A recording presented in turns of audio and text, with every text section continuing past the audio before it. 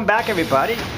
We're another edition of For the Love of Dog. Thanks for tuning in. Hi, Mom. I think we have 2 listeners now, my mom and my wife. I think that's it. My mom will probably watch too. So 3! Awesome. Yes. Hey, everybody. I have someone back. I think it's the first time we've ever had a repeat customer.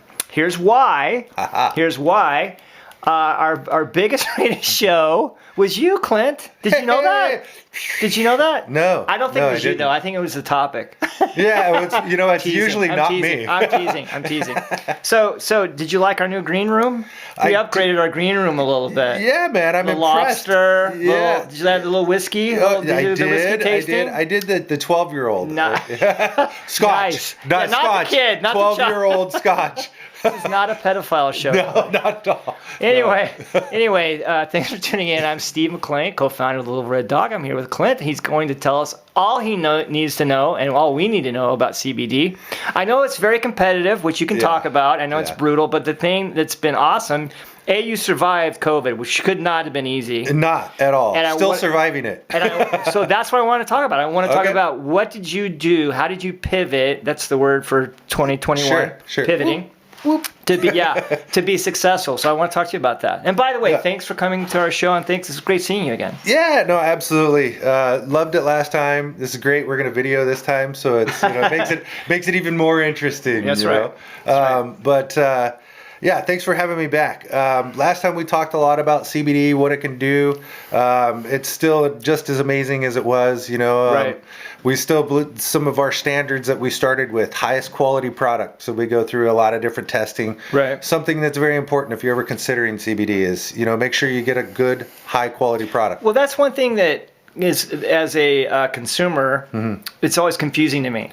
Because everybody that sells CBD, they always talk about that. How the hell? How do I know they're lying? What should I look at to know what the hell if they're telling the truth or not? Yeah, no, it's very true. A couple of things right off the bat, easy to see. If you're looking at a box that claims to be CBD oil, it should say CBD right on the front of the box. Right. If it says anything like hemp oil or hemp seed or something, because that just means that people aren't. There's in the industry. You either go, I'm a CBD product, and you put the money and the effort into the scientific research and the lab results, and you put up with all the little idiosyncrasies there is when it comes to advertising and even charging credit cards. You have to have a whole different process. It's like a different thing. So if you put it on your box, that means you're proud that's what you're doing is CBD. So if it says CBD on the box, that's a good start. We put a QR code on our box and on our product where you can scan it with any phone, and it takes you directly to our lab results. Oh, okay. So you can get the stats right there. Yeah, you can look at we don't hide the lab results. You scan the box, so you can look at it, and it'll say this is how much CBD is in it. Shows you that there's no heavy metals, there's no pesticides, that it's all organic, that it shows you everything right on our lab results. And obviously, to make our audience clear, your product is for animals, right? Yeah. Well, we have 2 now. Okay. So we have natural pet oil that we've had for the past 2.5 years. Right. Love supporting you guys. You guys use our product a lot with all of your rescue dogs, which is amazing. So I know we have a lot of stories we've shared on that. But we over the past 2 years, a good friend of mine is a pharmacist and a doctor. We formulated another one called True Natural Oils. Okay. And that one's really fun, really exciting because just like with our pet products, we put a lot of research into exactly what cannabinoids and CBD and what they do with the body. So we put a lot of medical research in and base it off scientific studies, and that we formulate all of our products on that. Okay. So I have a pharmacist and a doctor on my board. Oh, wow. We sell through a few urgent cares that the doctors actually prescribe and sell it directly to their patients. So we take it to a whole nother level. Again, we don't.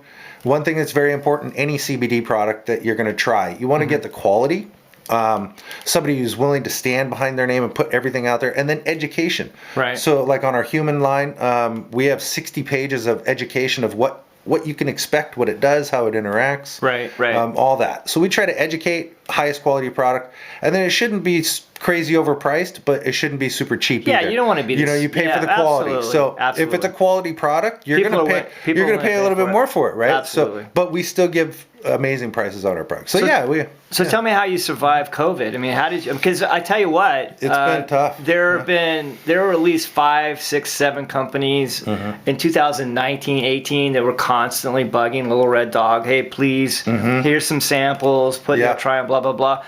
What's interesting about that is I haven't heard from any of them in 2020, like latter part of 2020. Nothing. Yeah. Nothing. Except relative to me, you're the only one that survived. So tell us how you kind of survived that. It's been, as you use the word pivot, a lot of pivoting, a lot of creative marketing, a lot of ideas. But I'll go back to it's our product. It's our product. We have everybody that's tried our product sticks with us. We have like a 90% retention rate on anybody that tries our product. Gotcha. Which is huge because that means it works and people like it. And it we lowered our price by like 10-15% because I negotiated a better deal. Okay. So if I can negotiate a better deal from my suppliers, I'm going to give that deal right over there. So a big part of it again is the product. We also got into some really creative marketing things with the human line. We started working with some influencers and whatnot, and then really started pushing that way. Started doing more samples and whatnot.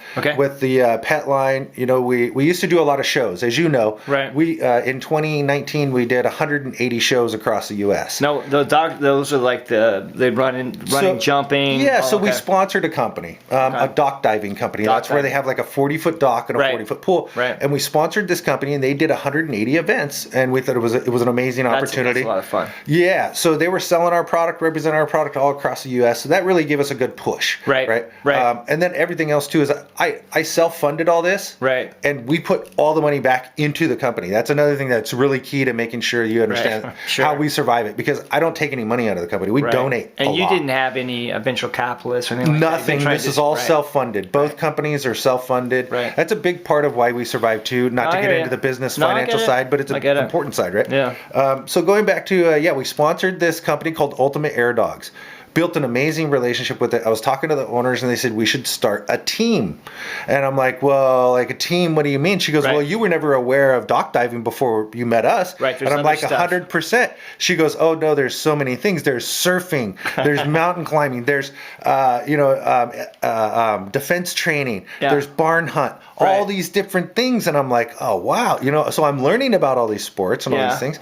So we ended up starting Team Natural Pet Oil. Nice. So where we have like 16 professional pet athletes who do multiple different things. We have world champions on our team. We have you can see it on our site. Well, I think speak of the devil. I see a dog. I see a dog and a guy holding a dog. This has got to be a team member. Yes. I tell you what. I'm gonna let you introduce him. I'm gonna step off because it's a lot of fun. This dog is so cute. He's been on the show before. Yeah. I'm gonna step off. Okay. You guys come on in. Why don't you introduce him, Clint? Yeah, absolutely. Come on in, Ryan. So I'll let him get in and get sat down. This is a good buddy of mine and a major part of our team. This is Prince Dude Man is the dog. He's the star of the show. And then, of course, Ryan Thor is his trainer, owner, and his best friend. Thor and Dude Man. Yeah. So Thor and Dude Man, they've been around for quite a while. They've done. If you got to see or hear any of the other show, you got to hear a little bit about what they've done. But they're amazing duo and. And we are part of the Team Natural Pet Oil, which you were just talking about. That's you can see the logos on our shirts here. Go. So, Ryan came to me through Thor. Sorry. Yes, Thor. My mistake. Do it all the time. I get corrected every day. If you want my middle name, I'll give you my middle name too. It's really not that impressive.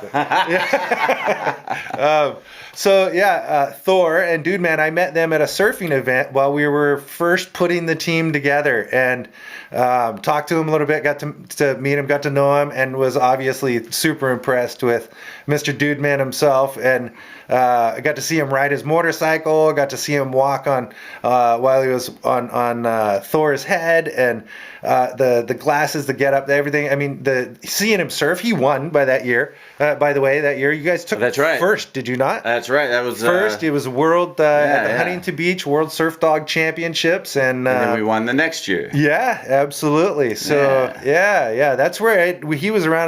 One of our OG first team members. That's right. So he's helped us grow. Got to see all the amazing dogs and meet a lot of them. Gets to go to shows with us and stuff and help. I mean, we're like so honored to have him there. Every show we invite him to, he gets to go to. He's like the star of the show. You got these world athlete, like dock diving dogs and barn hut dogs, and they're over there doing their thing. But everybody wants to see Dude Man. He is definitely a big draw, no doubt about it.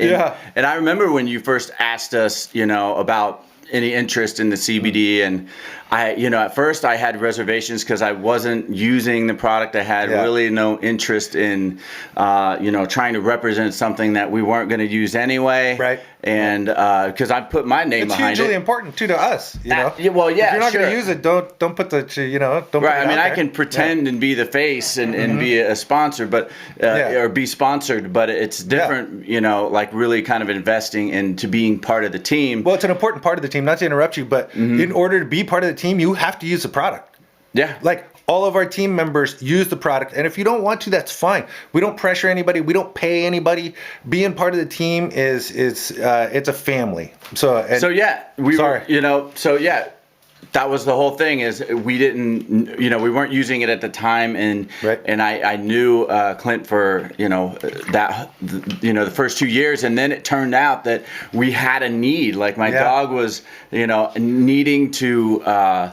He was having issues with glaucoma, and that was when I was like, you know what, hey. His knee, too. Didn't you start before that with the knee? He did start with the knee, right. But it was mainly the glaucoma that, was something that interested me in the CBD. So I remember reaching out to Clint and talking to him a little bit about it, and then he gave us a little bit to kind of help us on our way. And as I studied more about it and used it and saw the benefits from it, like literally seeing the benefits, and then I'm like, all right, I want to be part of the team. Yeah. So it was interesting the way it worked out, and now I'm like such a huge fan of not only the dog products but the human products, because I use the human products too. Yeah. So human products are so amazing. I mean, this is the dog show, Dog World, but man, if you're ever interested in trying some really high quality CBD, reach out to us. It's truenaturaloils.com. Not to pitch it, but it's amazing. Yeah, Ryan knows. I mean, when I first gave it to him, he's like, "Oh yeah, I'll give it a try,"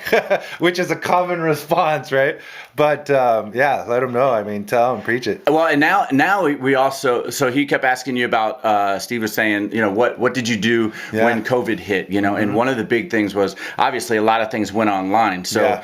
There were a lot of more media to go online, and then also you had new products that came out. And one of the spectacular parts is you have a little bit higher dosages for some of the bigger dogs. Which I think is sicker dogs too. Or sicker dogs. Are like, CBD has never been a miracle thing. It's it's going to help in a lot of different ways, and it can prevent dogs from being on certain prescribed pharmaceutical medications that could be really tough on their liver and different things. But it's not going to cure cancer. But it will help a dog with cancer. So if a dog's really dealing with some terminal heavy stuff, that's why a big reason we came out with our extra strength and maximum strength. Well, stress is known to add to cancer. So if you reduce the stress, in the dog, which CBD does a great job of. I remember after his surgery, he was very irritable at nighttime. So I'd give him a big blast at night, and I noticed he would calm down and really respond to it. Yeah, absolutely. And same with me. If I need a good night's sleep, I'm like, let's hit it, And also the new one that came out that, again, you got the new ones for the dog, the bigger doses, and then you have the new PM from True, which I've used, and talk about a night of, I just don't want to get up in the morning. It's like such a good, cozy night's sleep. But then I'm not groggy when I do get up. No, 100%. Yeah, I mean, I Steve's like slapping the back of my head telling me I got 2 minutes. So I'll be quick on it. You brought it up, so we'll talk about it.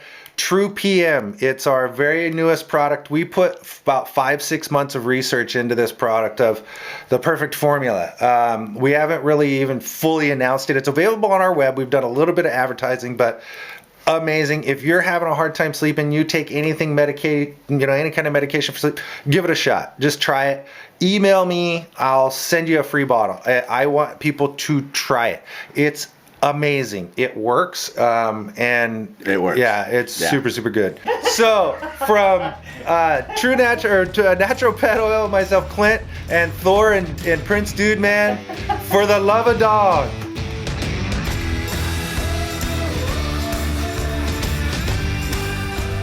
Hey everybody, I'm Steve with the Little Red Dog. Thanks so much for listening for the Love of Dog podcast. Please subscribe.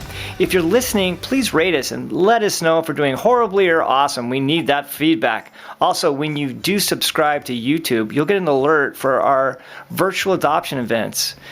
We need your input. We need you to watch and support our cause. Thank you so much. We're on a mission from dog. Take care, everybody.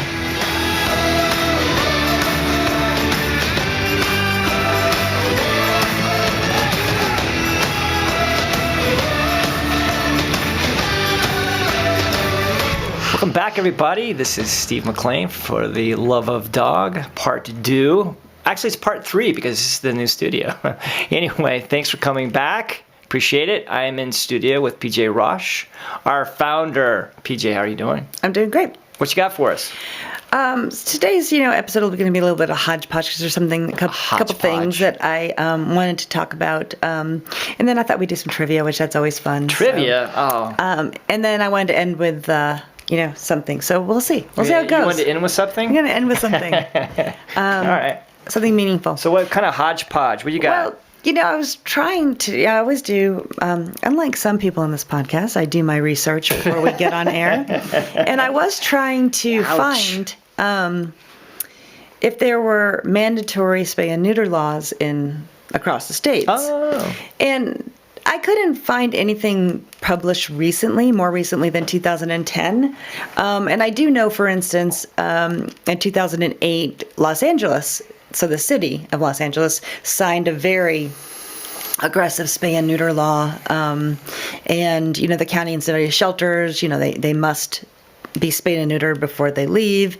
Unfortunately, that's not the case with everybody, and it's not even statewide, frankly. I know that like Elsinore and that area, I think they just enacted that like a year or two ago for mandatory spay and neuter. So, we talked with sorry. Stay with me now. Sorry. Laryngitis sucks. We talked with, a couple of people about spay and neuters or what the problem was. Why are there so many dogs that are homeless? I forgot my notebook, but we do know that Texas and California euthanize the most dogs, right? Right. And I think Texas was like 125,000 every year, and California was 110,000, and then I think there was like North Carolina. I don't have my notes, but anyway, all the way down. I think Georgia was the top 5, running out the top 5, and they do 43,000. So even though that's a lot, it's not near as many dogs as like Texas and California, and you would think that there would be more spay and neuter laws. So why do you think that we don't have that? I mean, I know there's lots of things that we need regulated and lots of laws that should be made, and people will argue, don't you care about humans? Maybe, but why don't you think there's more spay and neuter laws that are regulated? Because we know it's a problem. We know that the shelters are overburdened across the country. Well, I mean, I don't know, just the whole backbone of California is more about entertainment. What can I do for myself? I don't know. To me, it's just not governed that way towards animals. It's more towards human beings, I guess. I mean, what is the reason? I don't have an answer. I mean, that was something to debate. I mean, I really don't. I don't understand why we don't have spay and neuter laws. And, I just pulled up the stat that I had written down and didn't bring it here. So of the approximately 800,000 dogs and cats killed in shelters each year, half of them are in 5 states. So let that sink in. 50%, so almost 400,000, are in 5 states: Texas, which was 125,000, California 110,000, Florida 66,000, North Carolina 62,000, and Georgia 43,000. We tend to, neither one of us were born in California, and a lot of Californian, people tend to think that they kind of have the world, cornered. And I just think, I don't understand why we don't have spay and neuter laws. And frankly, we've talked about pet stores and puppy mills. There's still states that allow that. More and more are not allowing them. But even in states, not every city and county has the same laws against pet stores or puppy mills. So, well, to me, I guess what I was getting, I'm not a poet, so I can't think of the better words. But to me, California is always about being innovative in other areas. I guess it's my fashion, food, music. What's the new in thing? That's to me, that's California. That's LA, especially. It's not being progressive as far as the human condition. It's certainly not going to be progressive as far as animals are concerned. The canine condition. Yeah, the canine condition, and I'm assuming when we had Jacqueline on the show, it's kind of your impetus for talking about this, right? Definitely. What fascinated me about that is that New Jersey, of all places, had a law. I would never have guessed New Jersey. I would have guessed New York, maybe, but New York doesn't, right? So I don't know. To me, it's what just like human beings, what we choose to focus on. And to me, California, I love living in California because of the weather, but I wouldn't call it a very friendly place to live. Yeah, I think for me, I guess you've coined this phrase, and I think rightly so, that people are selfish. And and I think about California specifically.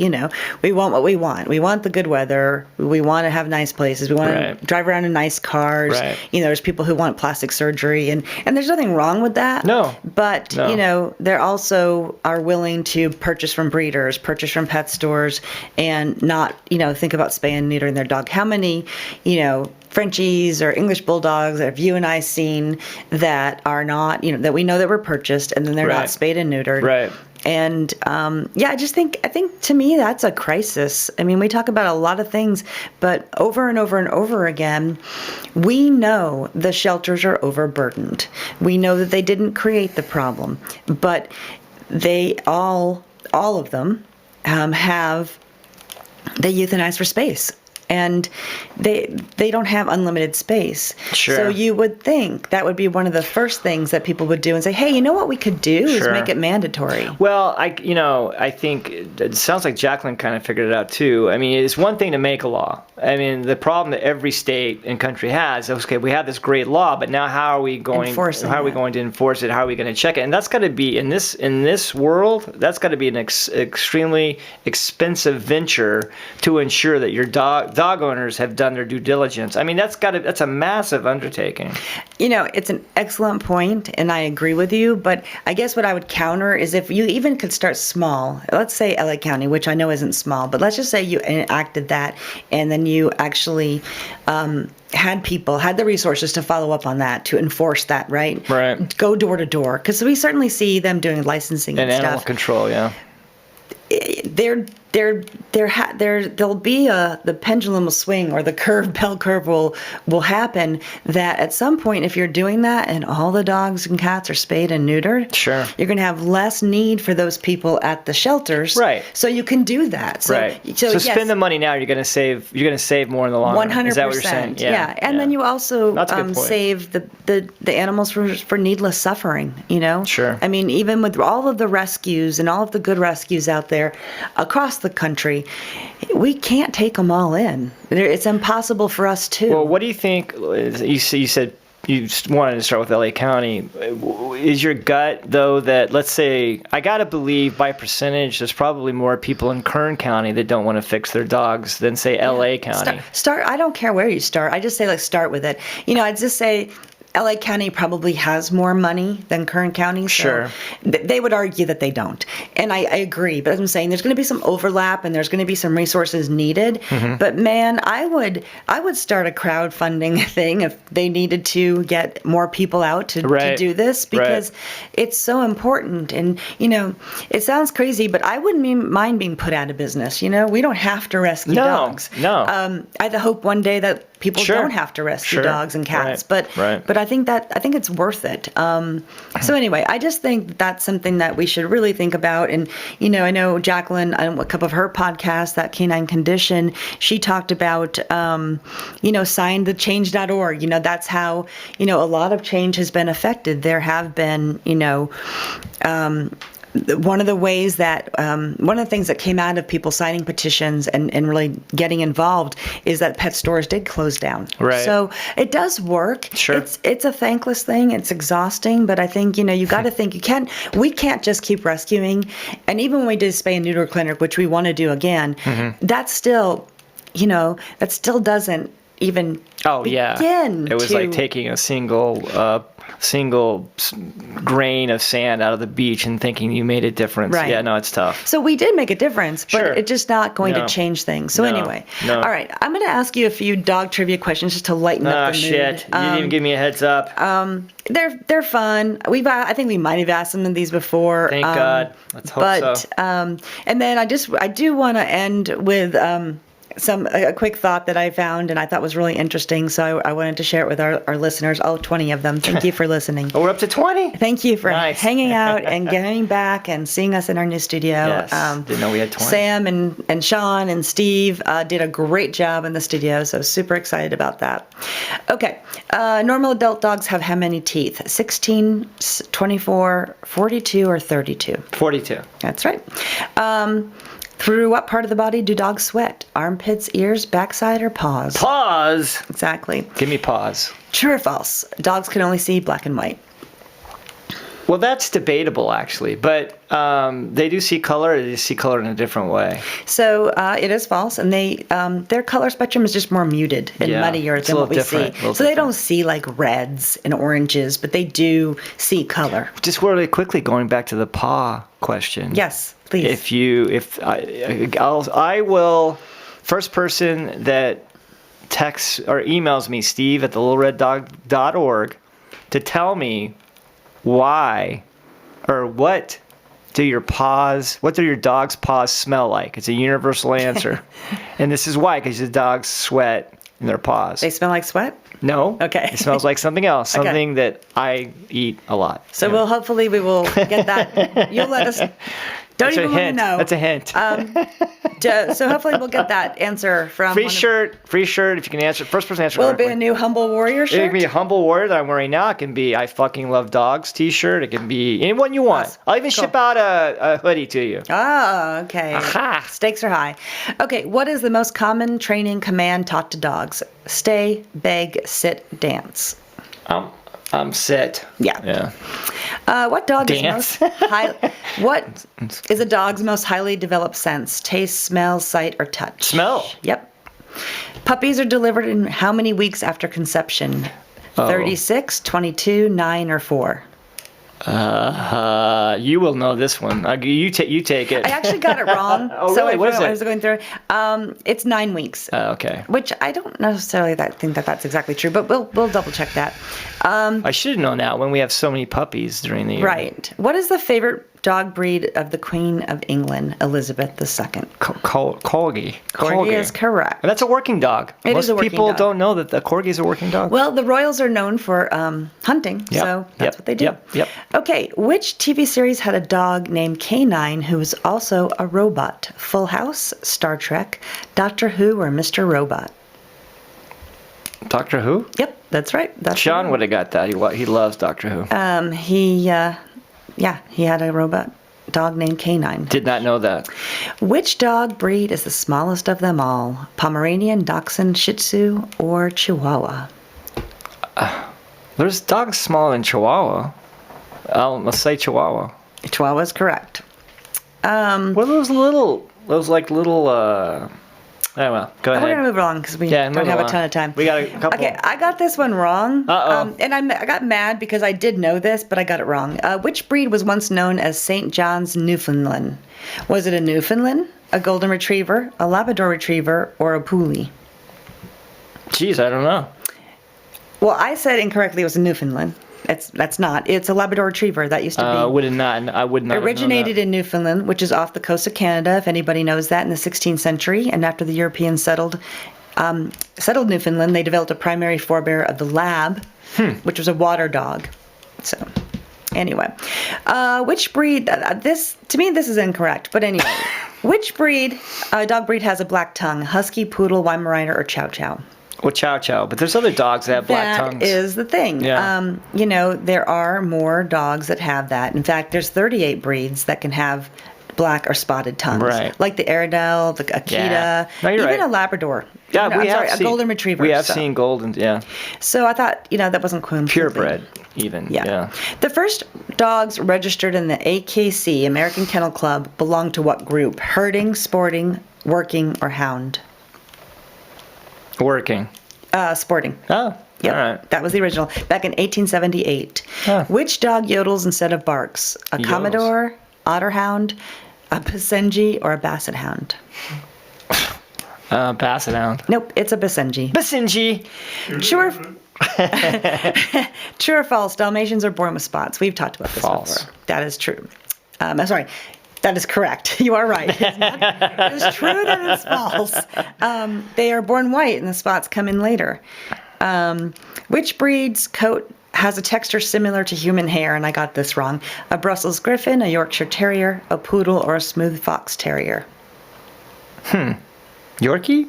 Very good. I didn't. It's very similar to human hair. It does Did feel not like know it. that. It does feel like it. The silky little hair.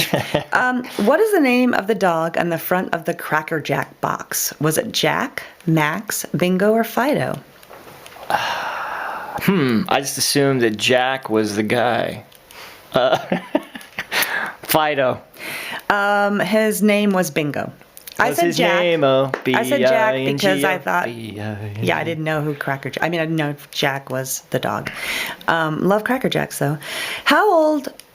This surprised me. I don't think I knew this. How old was the verified world's oldest dog, an Australian cattle hound named Bluey, when he died?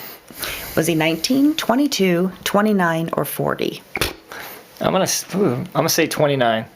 That's right. He was 29 years, 5 months. That's crazy. He lived from 1910 to 1939. Good for him. That's amazing, right? What a good boy. Okay, in 2020, what was the most? This is the last one.